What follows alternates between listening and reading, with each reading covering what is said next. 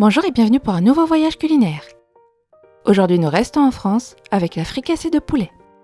Pour ce plat, vous aurez besoin d'une planche, d'un couteau, d'une cocotte, d'une spatule et d'un plat.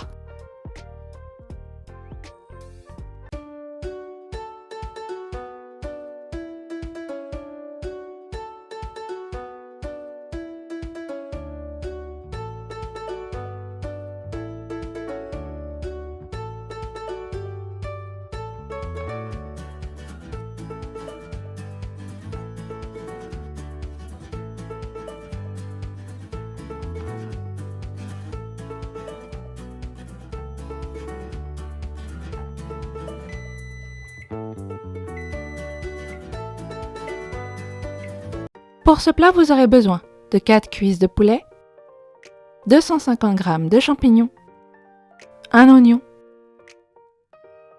une cuillère à café de thym, une gousse d'ail, 50 g de beurre, une cuillère à soupe d'huile d'olive, 3 cuillères à soupe de farine, 50 centilitres de bouillon, une cuillère à soupe de persil, du sel, du poivre, une cuillère à café de moutarde, et 20 centilitres de crème liquide. On va commencer par assaisonner le poulet. Ici, on sale et on poivre chaque face. Pour mon plat, j'ai pris 4 os de cuisse. Elles étaient assez belles. Si vous prenez des cuisses entières, ce sera pour 8 personnes et non pour 4. Ici, avec mes 4 os de cuisse, c'est pour 4 personnes. On sale donc bien et on poivre. On va préparer nos oignons avant de commencer la cuisson. Je coupe comme d'habitude d'abord en deux. Je garde également un petit bout pour pouvoir me faciliter la découpe par la suite, pour avoir un petit point d'accroche. Je coupe ensuite dans la longueur, je fais tout le long. J'essaye de faire des tranches assez fines et on va couper dans la largeur et on va ainsi obtenir des petits cubes.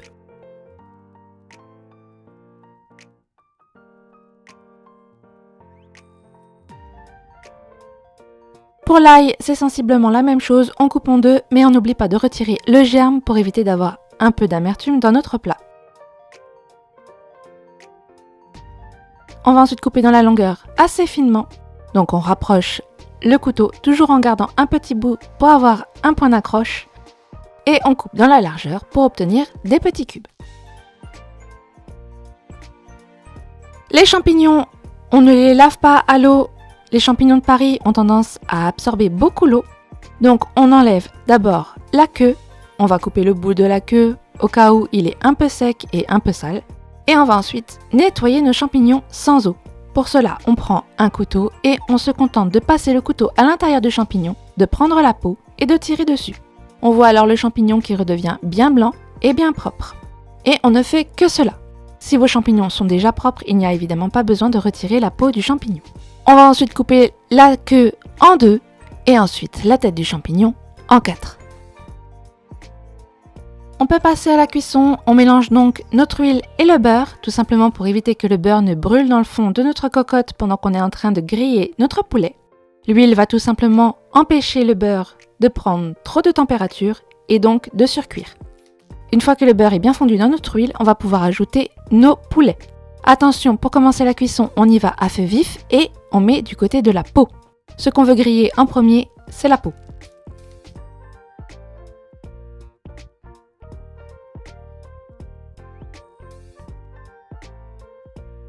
Ici, j'ai grillé mon poulet pendant 3 minutes d'un côté. Au bout de 3 minutes, on voit que le beurre a commencé à colorer. Encore une fois, ne vous en faites pas, grâce à l'huile, il ne va pas brûler. Et on va retourner nos poulets. Même s'il n'y a pas de peau de l'autre côté, comme mes os de cuisse ici, on grille quand même de l'autre côté. Attention, le poulet a tendance à souvent coller dans le fond. On y va donc doucement. Ici, j'ai un bout qui s'est décollé de la chair à la peau. Donc on y va doucement. On retourne tous nos poulets et on va griller une nouvelle fois à feu vif 3 minutes de l'autre côté.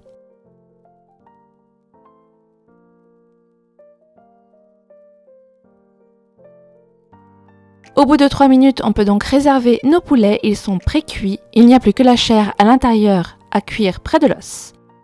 Mais avant ça, on va préparer notre sauce. On retire donc bien et encore une fois, on voit que notre beurre n'a pas brûlé. On va donc pouvoir continuer notre cuisson avec ce même mélange. On va continuer avec l'oignon.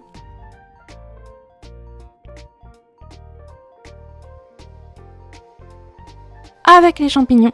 Les champignons vont avoir tendance à absorber l'huile et le beurre, donc ne vous en faites pas si vous avez votre fond qui devient tout sec. Vos champignons vont protéger vos oignons et inversement, ça ne va pas brûler.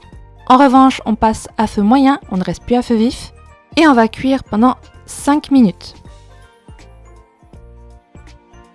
Au bout de 5 minutes, vous verrez que vos champignons ont de nouveau rendu l'huile et le beurre, rien n'a brûlé.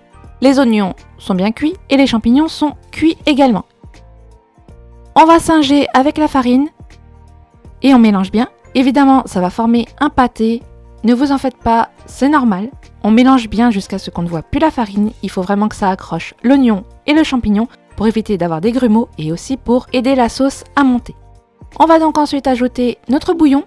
Le bouillon, vous choisissez celui que vous désirez. Ici, j'ai simplement mis du bouillon de volaille, mais vous pouvez mettre de légumes ou de bœuf. Et dès qu'on a mis le bouillon, on n'hésite pas à mélanger pour aider la farine à déjà se diluer dans le liquide. On va ensuite ajouter le thym et le persil, ainsi que la moutarde. Ici, puisque j'ai présenté la moutarde dans mon introduction, j'ai donc de la moutarde dans un petit ramequin, donc j'utilise tout simplement la sauce pour récupérer ma moutarde. Mais si vous mettez directement votre moutarde depuis le pot, évidemment, vous n'avez pas à faire cela. Et on mélange bien, encore une fois, pour bien répandre la farine, mais également les aromates qu'on vient de mettre.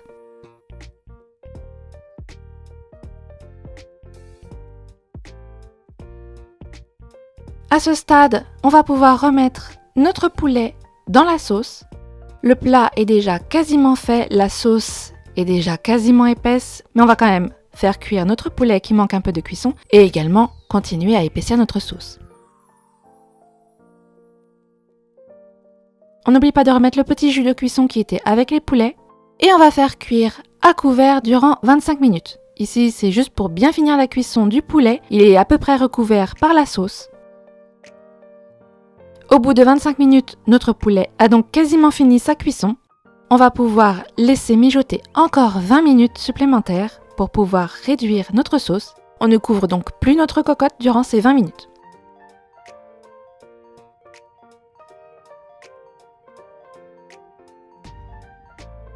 Au bout de 20 minutes, notre sauce a bien réduit, elle a épaissi avec la farine et avec l'évaporation de l'eau. On peut donc ajouter notre crème pour terminer notre sauce.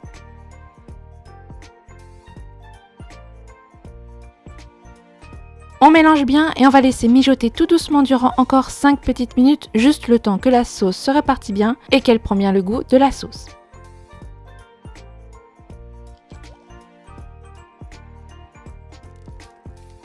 Au bout de 5 minutes, notre sauce est faite, le poulet est bien cuit, votre fricassé est terminé. Pour la présentation, je mets tout simplement un morceau de cuisse par personne. Encore une fois, si vous avez des cuisses entières, vous coupez la cuisse en deux pour avoir des hauts de cuisse et des pilons. Vous ne présentez qu'un seul bout par personne. Et on met tout simplement de l'accompagnement. Ici, je suis assez généreuse sur l'accompagnement. J'ai choisi un accompagnement qui absorbe plutôt bien la sauce. Ici, comme accompagnement, j'ai donc choisi du riz, ce qui va très bien absorber la sauce. Et il ne reste donc plus qu'à mettre la sauce sur notre plat. On est généreux sur la sauce, il y en a assez. Ici, puisque j'ai fait plutôt pour 4 personnes au lieu de 8, je mets 2 louches, une sur mon accompagnement et une sur mon poulet. Si vous avez 8 personnes, vous mettez une louche pour le tout. Et voilà, votre fricassé de poulet est prêt. Bon voyage en France!